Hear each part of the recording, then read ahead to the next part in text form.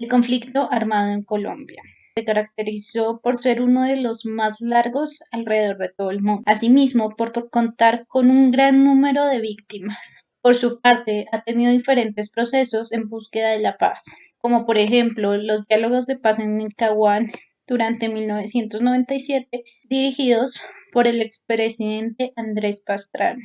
Asimismo, el proceso de paz del presidente Santos y las FARC representa la esperanza de un acuerdo definitivo que acabe con la violencia directa. De este modo, podemos establecer que el conflicto armado en Colombia contiene ciertos conceptos básicos que facilitan su clasificación y análisis. Además, comprende tres etapas que representan el desarrollo histórico del conflicto. Estas abarcan desde los inicios hasta la época reciente con los diálogos de paz en La Habana.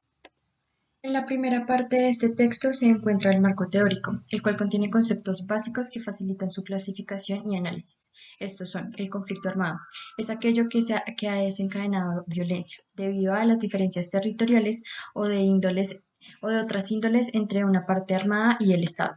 En Colombia se debe a la violencia de forma directa e infracción de los derechos humanos. El segundo concepto es la justicia transicional. Se entiende como el conjunto de mecanismos y herramientas las cuales permiten enfrentar las masivas violaciones al derecho internacional humanitario, integrando elementos para garantizar la verdad, la justicia, la reparación y la no repetición. El tercero es el posconflicto. Es una etapa que inicia después de la firma de un acuerdo de paz, pero el posconflicto no es la etapa que termina con el conflicto, sino que es el principio de un acuerdo en busca de una paz duradera y estable. El cuarto y último concepto es la violencia. Esta se divide en tres. La primera es la violencia directa, se manifiesta de forma física, verbal o psicológica.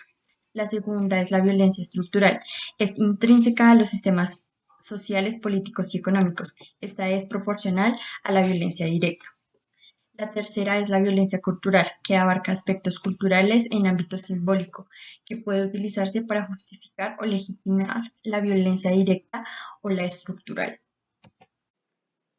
De igual forma, continuando con la lectura, podemos observar las tres etapas que representan el desarrollo histórico del conflicto armado en Colombia, las cuales podemos observar en tres colores diferentes en nuestro mapa. En cuanto a la etapa inicial, se encuentra la intensidad del conflicto armado, la cual, entre otras cosas, va a abarcar desde el inicio del conflicto hasta el acuerdo definitivo con los grupos insurgentes. Esta etapa inicial va a comprender el inicio de nuevas organizaciones armadas con un objetivo de confrontación del poder, pero también va a integrar diversos elementos a través de 8 puntos de análisis para un mayor entendimiento del conflicto, de los cuales la lectura incluye tres, que logran detallar el conflicto armado. Estos 3 puntos son, en primer lugar, los actores directos e indirectos que intervinieron, que establecen dos tipos de relaciones o conexiones. Unas relaciones evidentes, que contienen relaciones entre el gobierno y la guerrilla, siendo hostiles y marcando la intensidad del conflicto desde dos periodos específicos, y unas relaciones del narcotráfico con guerrilleros y paramilitares, pero también unas relaciones secretas entre estos actores que determinan una conexión entre el ejército y los paramilitares. El siguiente punto es la dimensión del conflicto, en la cual se evidencian e informan básicamente cifras sobre la gravedad y magnitud del conflicto, como el desplazamiento, y un último punto sobre la intensidad y escalada del conflicto, en la cual va a observar puntos mínimos y máximos de la violencia a partir del número de masacres perpetuadas en unos periodos determinados, y un punto que también va a caracterizarse por una discusión más intensa y un proceso de amenazas y de concepciones rígidas. En cuanto a la etapa intermedia, esta etapa va a comprender desde las negociaciones de La Habana hasta la firma de paz del gobierno y las FARC. Esta etapa va a estar motivada por dos factores: una correlación de fuerzas militares que permitió una nueva ofensiva desde la superioridad y un frustrado plan ofensivo de las FARC. Estos dos factores van a permitir que los actores digan no a la solución vía militar y opten por la alternativa de los diálogos de paz, acogiendo de esta manera el modelo teórico de resolución de conflictos, que comprende 4 puntos y abarcando 6 puntos en común para poder negociar, tales como el respeto por los derechos humanos o el desarrollo social con equidad, entre otros. Finalmente, estos puntos en común van a permitir integrar una agenda compuesta también de 6 puntos con temas como las drogas ilícitas o las víctimas, entre otros.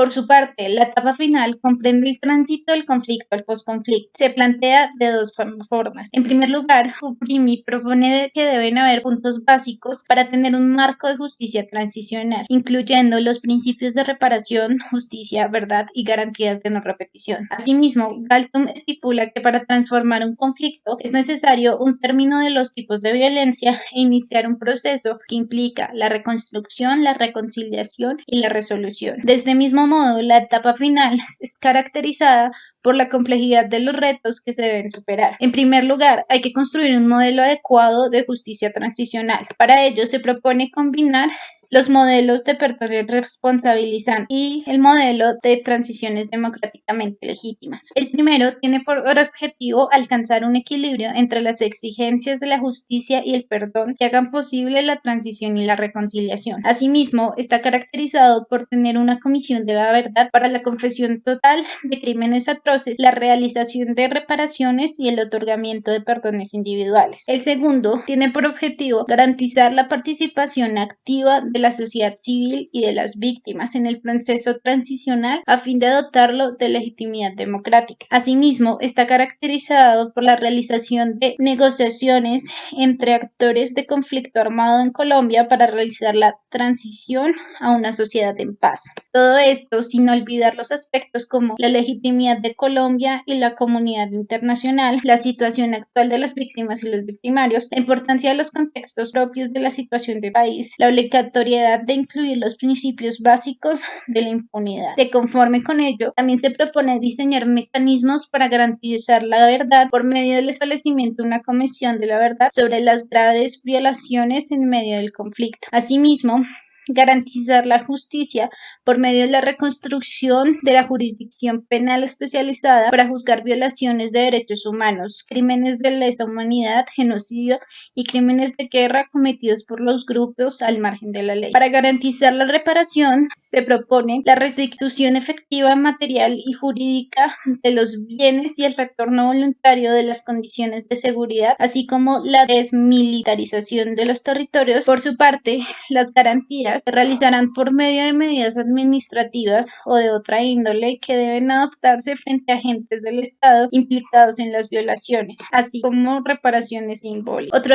reto que debe superar es el de diseñar las medidas que apunten a la transformación del conflicto para alcanzar la reconciliación nacional, para evitar caer en un círculo vicioso de violencia desde el análisis de la parte visible e invisible del conflicto. En primer lugar, desde la perspectiva visible del conflicto, identificada como la violencia directa, se busca transformar por medio de la dejación de armas para la reparación de víctimas por el daño causado. Por otra parte, en la parte invisible del conflicto, identificada como la violencia estructural y la violencia cultural, se busca trabajos para la reconciliación de las víctimas y victimarios, entendido como reconciliación, y la creación de condiciones económicas, sociales y políticas para que tanto víctimas como victimarios satisfagan sus incompatibilidades, es decir, la resolución.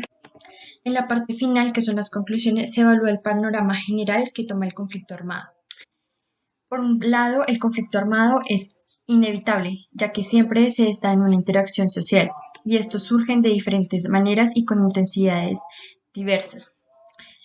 En ese sentido, en Colombia, el conflicto armado ha sido uno de los más largos, dejando así un sinfín de víctimas y secuelas irreparables. En ese sentido, el conflicto ha tenido diferentes etapas.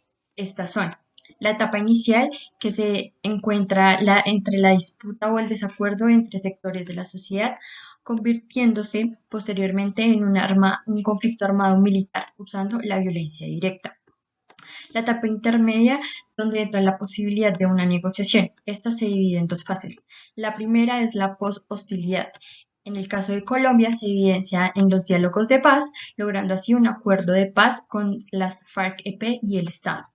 La segunda fase es la post-hostilidad, que es llegar a un acuerdo definitivo que ponga fin al conflicto. La etapa final y la definitiva es donde se consolidan garantías para que el conflicto no vuelva a aparecer. Se caracteriza por que puede llegar a una paz estable y duradera a través de la transformación del conflicto.